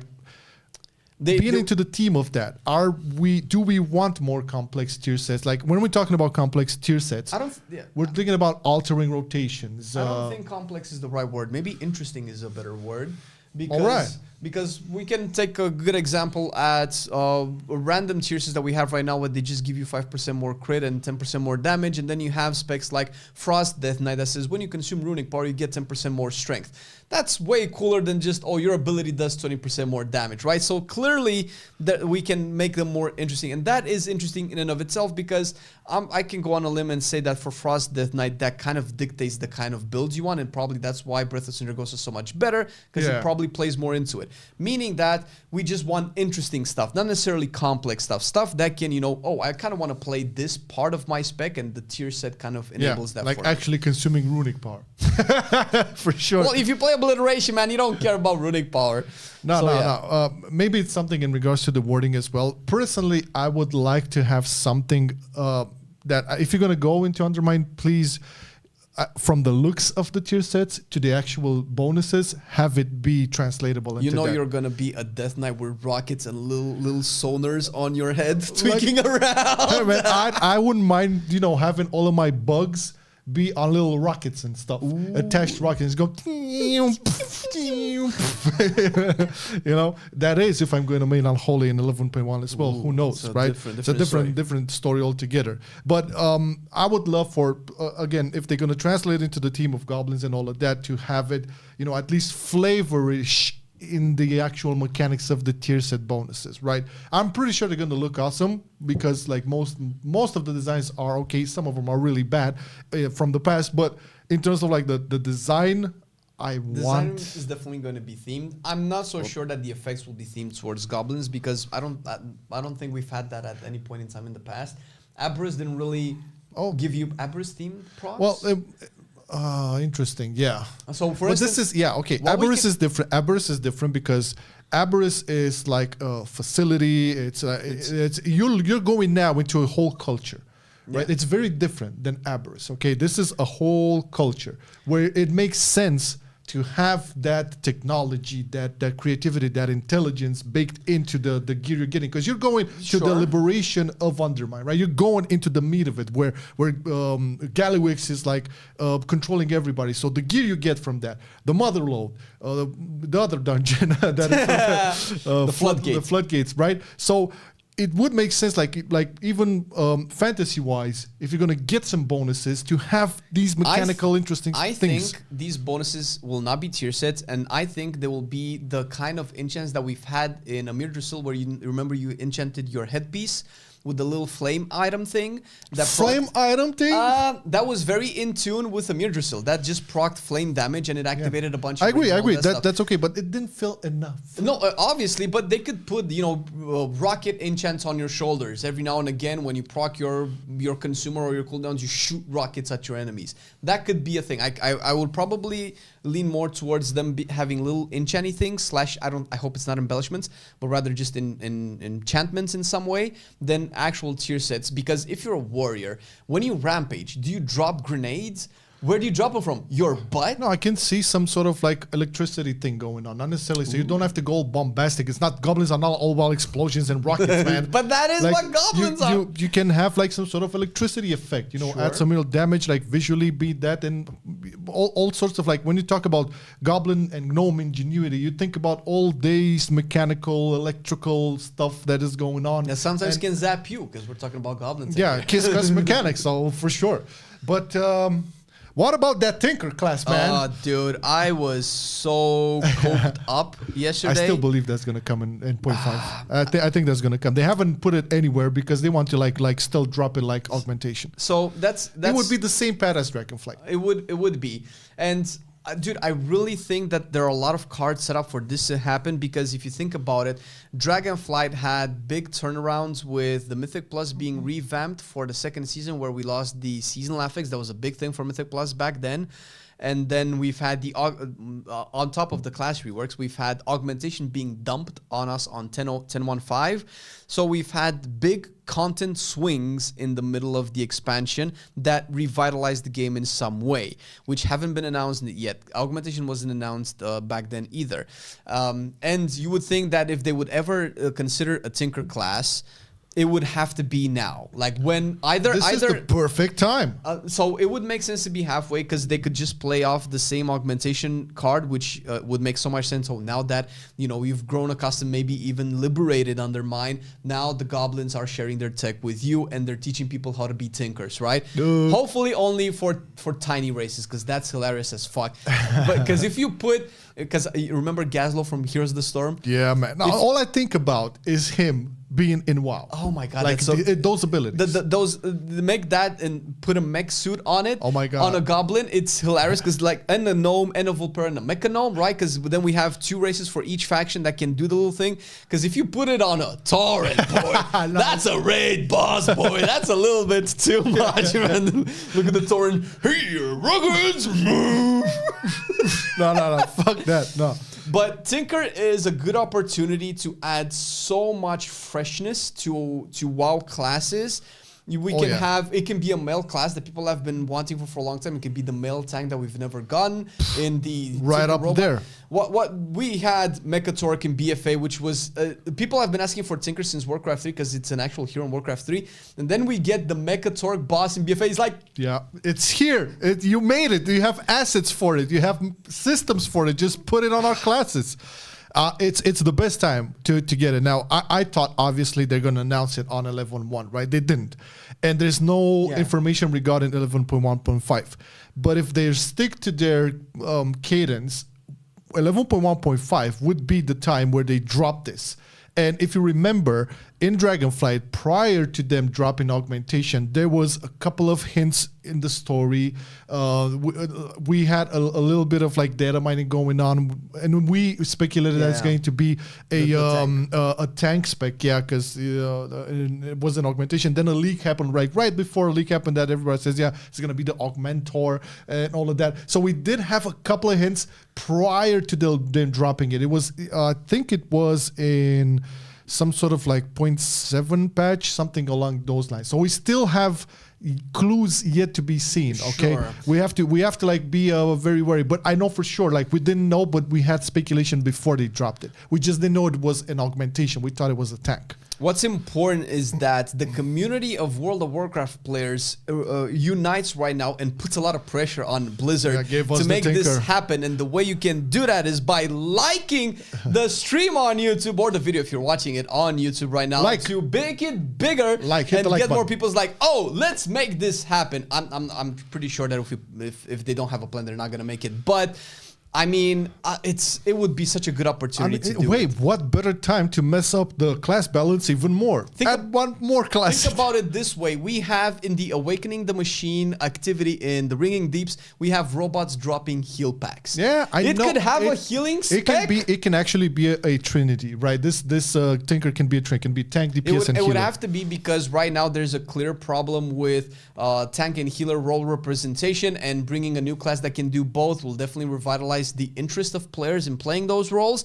And if you make a mech dude tank, boys and gals will be all up in that beeswax. Yeah, for sure. I mean, fantasy-wise, it's gonna be top-notch, obviously. Steampunky, WoW stuff, And it makes so much sense with Undermine and going in cahoots with the goblins and stuff. It's like, come on, man, this is like the proper way to do it.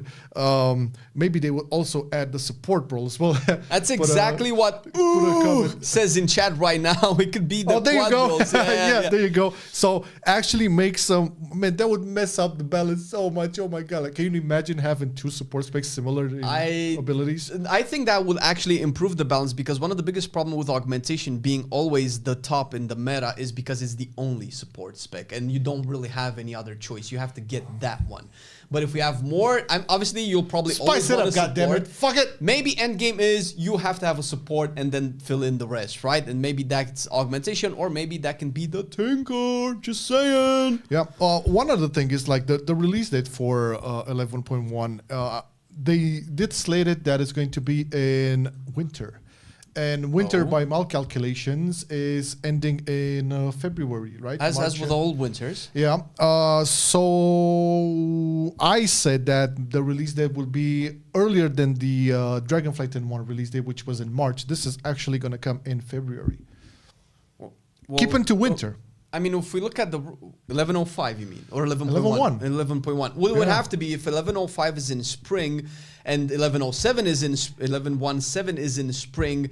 How many more patches can you release in spring? One of them has to come in winter. So that's what I'm saying. It would have to be before February, because even before. Are you crazy? The season started at beginning of September, 10th, 17th of 14th of something like that. 10th. So then you have October, November, December, January. That's 4 months of the season. February would be the 5th. You're never gonna have 6 months of the same season. 5th has to be the latest that the season will run for. So it has to be in February.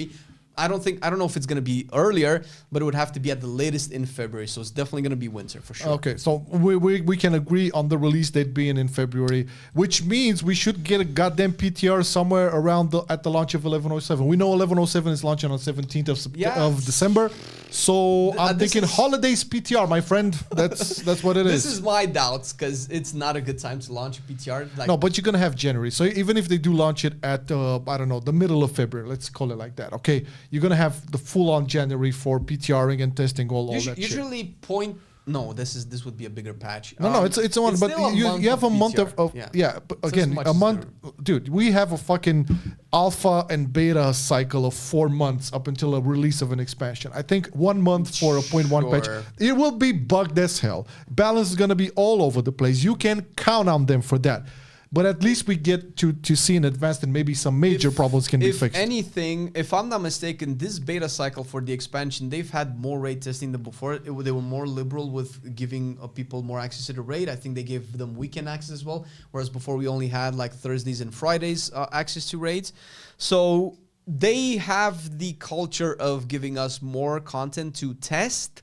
I think that happened with Mythic Plus as well. They actually took away our flexibility in making our own keys so that they can have their testing more focused and more concentrated on specific things, aka they can get their results and feedback quicker and more in depth. Yep. So that would make shorter time frame testing more efficient. That would support the 1 month PTR being at the most that we're gonna be able to test it out. It still wasn't enough to clear all the bugs. No, that's what I said. There's gonna be a lot of bugs. There's gonna be problems, but at least the major ones, the obvious ones, will be able to be ironed out. Let's say. But yeah, so in regards to that, we have to get class reworks. Your goddamn alarm, man. It's my food. Yeah. So do you think we're gonna have reworks once again? For sure. There's some needed ones. Is 11.1 the patch where we get those major reworks for? Honestly, I would have Druid. That was the first one I was gonna go to. I would have hoped we would have gotten one by now, but no, we did. We got Shaman. What am I talking about? No, okay. Yeah. So it tracks. The Druid is definitely the biggest culprit here when it comes to class talents, and if they reworked Shaman, which had problems but not as big as Druids, they definitely they need more time for Druids, and I think the community hasn't been more vocal about this problem ever before. I try to, as much as I can, try to keep tabs on people like Tettles and all of those guys that talk about Druid, and they're kind of like in unison. It's kind of like a choir right now. It's clear it's needed, and it's probably now. In the past, they would get the sense of this community uproar, and they would make a little post. Form feedback and like some. No, but they would make an actual post telling you, "Hey guys, it's in the works." That happened to a lot of, like, Paladin was announced like that. Hunters were announced like that. You were in the scope, and I haven't seen anything regarding Druid. So I'm hoping that once we get into the swing of things in December and all of that, we get at least some sort of like news, like, hey guys, we have these in our scopes. And Warrior, please. Warrior is also a candidate. Yeah. Warrior, like, there are a bunch of classes that have problems. Warriors are not the only ones. Warlocks probably have bigger problems. Druid kind of have bigger problems. I think Druid is number one. Yeah. The problem with Warrior is the relevancy to the content. Warrior doesn't, and it's probably more obvious now than ever, Warrior doesn't really bring anything to a group. What does Warrior bring? Battle Shout? Who cares? When intellect is so much better, when Demon Hunter debuff is so much better, even Monk debuff is probably better than Battle Shout. So that just doesn't matter, right? They've gimped Rallying Cry way too much. They tried to make Intervene good with Mountain Thane. Was like, hey, if you intervene your party member, they get an Absorb Shield for amount of damage. And that's just not enough, man. And they clearly know it, because they probably pushed a little bit for Spear to be used as opposed to Dragon's Roar. They've nerfed Dragon's Roar too much to the point where it was like obvious, okay, you want me to play Spear right now, Champion Spear, right? I keep wanting to say Spear of Passion. So they clearly know that there are issues with the talent tree for Warrior. They've shifted some key nodes that were so mandatory that you would never be able to build a Warrior differently, and you still take them because they're so mandatory, like Armored to the Teeth, where you convert your armor into strength. That's so mandatory that you're never not going to take it. So there are issues with Warrior as well. So I'm thinking that the next two on the chopping block, one of them definitely is going to be Druid. I'm like 90% sure. I'm not sure they're going to do Warrior because they're very stubborn about their Warrior. But I really hope that it's next, because it and probably Warlocks have some of the biggest issues right now. I've seen a lot of like DH talk in the chat and as DH too, Havoc at the very least. So sky's the limit. There's like, when there's a major patch like this, that we're probably going to see a lot of the reworks coming. Yeah. What I'm most interested in at this moment, and I am like very invested into this because I love doing Mythic Plus. Now, I want them to tone down everything in Mythic Plus. I cannot go into another season with all of this nonsense, all of this like creeping power between a 10 and a 12 and all of that. I just cannot. It's stupid. It's against what they set out to do in terms of like healing, in terms of like tanking, and it's not as enjoyable. I'm it's going to be interesting to see if they actually continue with this route, or if they change it. At some point, we'll need to take a popularity contest on Warcraft logs and see the actual numbers and compare it to season 2 of Dragonflight, where everything was so smooth. Yeah. It's so just pure numbers. I think we've smoked season 2 some time ago. The problem is that Warcraft logs is not very consistent with their database, because we've seen based on the number of parses. Yeah, but they kind of like take some of them down. Yeah, I know. Numbers, but still, we'll maintain that ratio. But that's a different discussion, because if you remember, you're the one that said this, that there's a very good chance that the War Within has some of the biggest player numbers that we've seen. So yeah, but I'm sure at this point they dropped a lot. Yeah, no, of course. But we can say that, oh my God, there's double the amount of keys being done were done in this season than in the best season we've ever had up until the War Within. But we probably have like triple or quadruple the player number. So those numbers might not scale the way we think. And just because it's double numbers but quadruple the players probably says that Mythic Plus is overall worse than it was before. And maybe it's not. Maybe people really enjoy it. Maybe it's just the high-end content players that really like to spam keys all day and they just do more than ever. But as far as the reception from the community, I think it's pretty much unanimous that this season has been brutal. Yes. And it's not... one of the worst it's ever been. They've made some choices. Not all of them have come, although we do have to give them credit. I think some of the choices, like the tank tuning, eventually turned out to be decent and kind of respecting of their goals, some of their goals. And I know that people talked about it in some other podcasts. Their healer marks were not really hit the way that they definitely not the way that they said. And if they are hit, but only for the 0.1% of the player base, that's not a win. It's definitely not a win. That's like not your entire player base. You had more players coming in War Within, new players, or like old players like who haven't played for years and years coming in the War Within, trying out Mythic Plus, and basically getting disappointed at their first, I don't know, +6 or something. So that's not a win. However, how much you would cater to the 1% or whatever, why not like engage those new or returning players into this system and actually have them play for longer and basically make you more money for longer? That's what I'm saying. And at the end of the day, like I think it's a win even for the 1% actually to like have it toned down a bit, because you would get like first of all a lot more participation. You would open the floodgates for that 1% to become maybe 5% or 10%. The basic 1% will just be pushed to a higher key level, and that's fine. That's fine. That's the problem. There are barriers right now, and the last barrier is the +12s, which is where the content stops changing. After 12s, it's just the same. It just scales in the same way. But +12s are basically where the affixes are consistent. There's no more variety. You can actually plan, and that's the content that 99.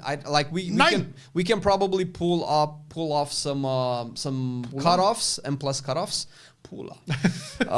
And see exactly what the representation of the player base is at +12s. I would actually be really curious. But last time we checked, it was below 1%. It was like in the point, of course, there is decimals. I mean, there's no surprise. Okay, there's no surprise on their front, and it's a shame, because again they set out to like fix Mythic Plus, and they put out a nice blog post. I think it was in May this year, something like that, where they would say they would address the healing situation, they would address the tank situation, they would tone down the abilities, they would tone down the clutter of nameplates and casts and debuffs and all of that, and they went the exact opposite way. So I don't know. Did you? Yeah. So I found it. So there are an average of a little bit over 1% of people doing +12s, and they drop to less than half of a percentage in +13s. Mm-hmm. So people probably try out their 12s and they realize, fuck this shit, and they're not pushing any higher. How many are doing 8s? I'm curious. How many people are doing 8s? Yeah. 25% on an average. Okay. That's super low. But that's super low. That's a quarter of the player base that plays keys. I understand it. Yeah. I understand. But again, it's very low. Very low. Yeah. When you could have a lot more, because I'm telling you, people are dropping off like flies. I would be curious to see like where would the drop-off rate be? Would it be at 6 to 7, or 7 to 8? My gut feeling is that at 6. This is all relative talk, because these are just numbers and they can just change. What's important is where the rewards stop. The rewards stop at +10, And that's where the real cutoff matters. Like we can say like, oh, last season there were more people doing 10s, but if the cutoff right now is at +9s, then that doesn't matter anymore. 10s don't matter anymore. It matters where the reward stops. And people have been saying stuff like, and I kind of agree, +12s should drop myth track in your end of the dungeon. Oh yes, yes. Dungeon, we talked about this a million times. It's the Mythic Plus problems go beyond the actual design of the Mythic Plus. Like one thing that's good is the affixes. I feel like the Xal'atath affixes are good in the way that they're not as oppressive as before, even though they were iterated on a lot, man. They like the initial proposition for these was very bad. That's fine. It was a really risky move to go 180 on the affixes, and I still feel like some of them are tremendously terrible, like the Devour affix for a healer in Siege of Borealis, where you not only have to dispel at least once every other player, you also have the affix as well that you kind of have to heal regardless of what player health is. Because if you're a healer and you can keep your people up and they get the affix that absorbs their HP, there's no point in you healing them outside of just healing the affix. So you're essentially using tools that you needed later when they would take damage earlier to do the affix, and that's kind of like the only exception to these affixes being good. I legit played through all of the affixes with all of the roles. The Devour affix for the healer feels like the only L that they took with the affixes. But that's, well, of course, just my own personal opinion. But that was the good part. The problem with Mythic Plus stems from the difficulty, from the gearing, the fact that Myth Track has 2 extra tracks now, the fact that you need more crests to upgrade all of your gear because of the extra tracks, and the fact that I hate the gating on that. The cap is lower for the crest, so you take longer to upgrade when in an expansion that was supposed to promote alt friendliness, and that comes in the sense of discounts, but that still doesn't feel right. If I get my hero track to 6 out of 6, why isn't my mythic track 1 out of 6 or 2 out of 6 free? Why does it have a discount when I already achieved that item level? There's so many issues to go into that we've covered in so many videos already. Yeah, and I'm not gonna beat the horse once more, but yeah, this is pretty much it. So overall, I say it's good news all across the board. Exciting news. A lot to speculate on. To be fair, we don't have any concrete data on anything. We just have the announcements and everything that was transcribed on the Blizzard forums from the announcements. We don't know numbers. We don't know dates. We don't know much. So I'm guessing we're gonna get a lot more information and confirm. Or it's gonna be cool. It's gonna be a nice holiday season. Yeah, I cannot wait, right? And also, like, all the Warcraft games and all that. I mean, people who are like fans of Warcraft, got really excited about it. Classic, of course. that's never gonna get old. It's all good, yeah. So I think like we kind of like went through all of them once again. Sure. If things do tend to pop, and I'm pretty sure, like, listen. By the time we're going to have videos made out of this podcast of ours, regardless if it's on Marcelian Online or on our second channel, I can bet you we're going to have actual numbers, dates, and all of that. And we're going to, so all of what we talked about today is probably going to become irrelevant. But that's the nature of the job, I guess. So nature of the beast when it comes to the news content. Normally we have one of these launch on next week's Saturday, which I don't know if it's going to be... This Saturday, no, this Saturday we're going to have... we're still in the current week, guys. This week is still this week, and it happens this week. This is how time whirls. I've been playing too much in Morozon's timeline. Yeah, so we're going to have one this Saturday for the Cliff channel, and we're going to have one for on Sunday for the Marcelian Online channel. Like and subscribe. Yeah, be sure to hit the whenever on the stream. There's one question from RJ here. Now I can't help wonder: would you boys split the druid tree to feral bear and restore balance, or simply fix the whole thing? It depends on how you want to do the rework, because hard to mix match. This conversation has been had. So the biggest problem with the druid tree is that first of all, there's too many specs into one, and you want to fit all of those into one tree. But if you can have a class that makes an exception for the spec numbers, like druid having 4, I think you can make a class tree that makes an exception. My goal was to get the basic abilities for all of the abilities baseline for all of the specs. Get Thrash and Mangle on all specs. Doesn't matter if you're not a bear. Get the stamina bonus on all specs. Doesn't matter if you're in Guardian spec or not. And then explore that. That would be one way to do it. Explore multiple utilities. If I'm a feral druid and it's a druid fantasy to have Typhoon, don't make me have to talent into Star Search to get Typhoon. That's ridiculous. But it's so hard to get into, man. Yeah, that's one way. Or it could be the other way, which is something that I don't usually say, is go back to the Shadowlands version of the talents where you have affinities for the spec. you have one talent right. point with affinity that unlocks those baseline spells. Instead of you having them baseline, you can up to affinities were a good idea, actually. Yeah, that was probably one of the best things that druids had in terms of talents, and then you can have that constricted, compressed into one talent node. Well, 3 or 4 talent nodes, because you would just get the one that your spec is default, and then you can explore different versions of being a druid and shifting into other specs. And I think that one thing that they've done really well with druids in the War Within is with Druid of the Claw for Bear, which I had the pleasure of playing, where it makes cat relevant. The same thing with Wild Stalker Resto Druid makes cat relevant. Tree of Grove of Imagine having a cat be relevant. Yeah. What about dogs? The forest tree guardian grove thing scenarios talent tree makes balance spells relevant for Resto Druid as well. So that way you can have spells that, I'm a Resto Druid, but if I shift into Bear and press Frenzy Rejuve, I also heal everybody else for a little bit of those sticks, so that I don't have to sit in Bear and watch everybody die. Because that's a shitty thing to do as a Resto Druid. Because I feel like when I play, it's like, dude, I know that the only way that I can survive this and not die is to shift into Bear and heal myself, but then you guys will die. And that's a conundrum. And that's just one example. We can be the same thing. Why can I, as a cat, not act? Because I remember back in BFA, you used to have part of the affinities, Swiftmend, be an ability. And you could cast that, I believe, if I recall, in Bear form. And I could heal everybody for a chunk of HP as a Bear. And that felt cool. I felt like a druid. I'm a tank. I'm not healing as much as the rest of druid, but I have this one button that I really wanted to get so I can help my buddies out in my dungeon. And that feeling, it kind of left druid over the years. So I hope that whatever in terms of rework comes, we can get that feeling back of a druid being able to have access to all of these tools. Just bring back affinities into this new talent tree, and it's all fixed. It's all good.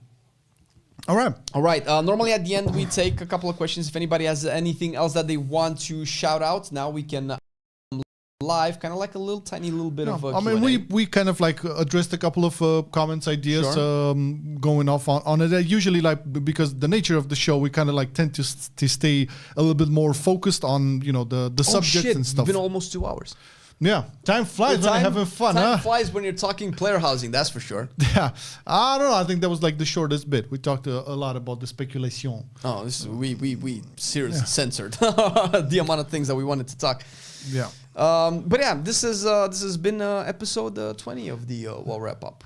20, yeah, and their Policious is cool as always. So myself for being here and being awesome. Thank you. Oh yeah, that's it. That's a shout out to himself. Yeah, you know it, Derp. You know it. This noob vibe. How do you feel about the new dungeons for season 2, Christopher Rios? Well, I loved Motherlode, so that's one dungeon I know. I don't know the other one.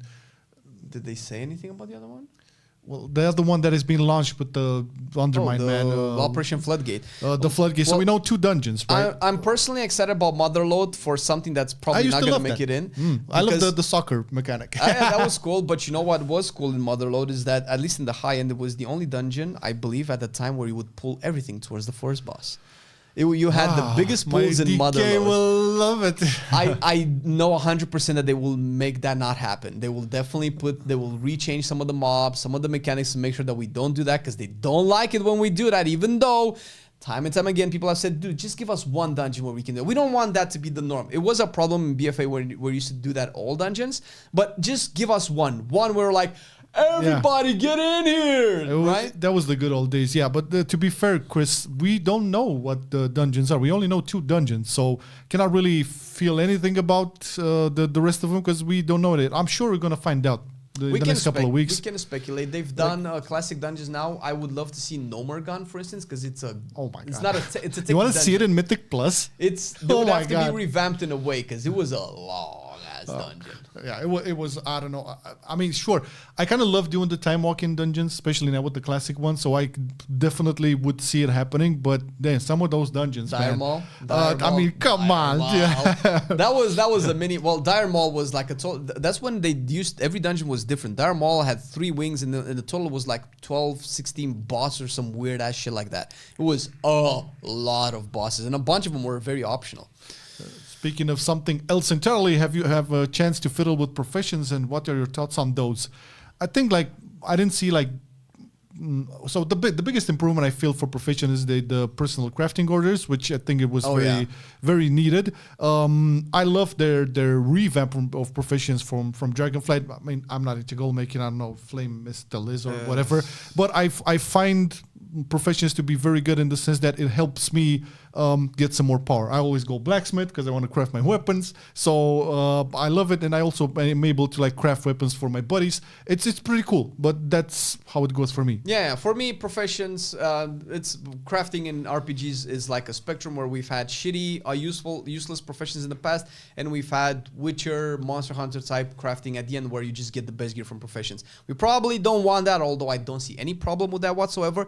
But we're going further towards the Professions really matter point, which I think that's great for the game because you will never have your bis from Professions. They will definitely make sure that they already did with, you know, every profession being 3 levels lower. Automatically, that means not all of your bis are there. And if you can craft a lot of items for Profession, I don't see what the problem is because you still need to farm more or less the same amount of content to get the items because you need those crests, you need all the materials and everything like that. Yeah. So I feel like that's fine.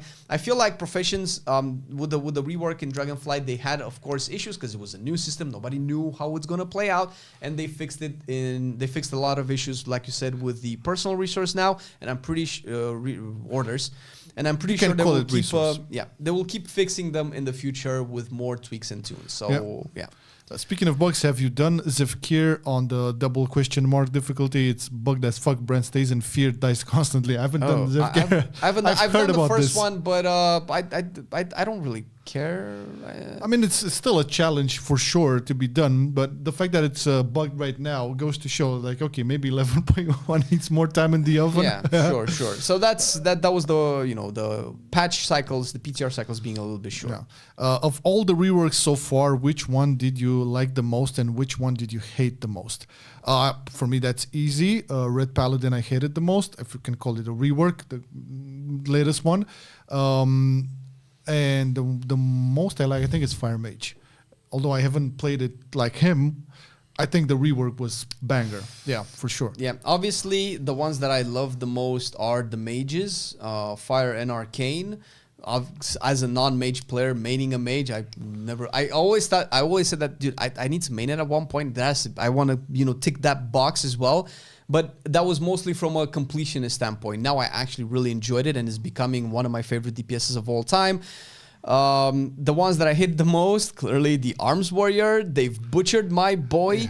And I legit went into it, a spec that I've been playing for 20 years, and I legit felt sad as like, this is no longer my spec. And that just sucked. That's sad, because I know you always played your warrior in each expansion. Is always a main. There. All of my achievements, all of the mods that I got were with my warrior. Yeah. All right, let's wrap it up, boy. Hey! All right, another cool ass episode 20. Thank you so much for joining, everybody, and commenting and subbing and liking, most importantly on YouTube. Catch us next Thursday on Wrap Up. Yep. From those same hours. Yeah, same hours as always. This hour minus. No. It's 10 a.m. PST and 7 p.m. CET. All right, so those are the hours. All right. Sure. Other than that, catch Flame tomorrow. It's gonna be a different stream, but you're gonna see tomorrow. We're gonna be grinding and keeping our eyes peeled for more new stuff to come with WoW. Thank you, everybody. I love y'all, and see you next time. Button, comment button. Here's the button. I'm not gonna do that again. Yeah, sure, I can see it. I'm not trusting until you mute the motherfucking microphones, man. I'm not gonna do it again. I'm not gonna do it again. I promise. I'm not gonna do it again. Are you mute? Did you stop it? Did you stop it? La, la, la, la, la. Bye.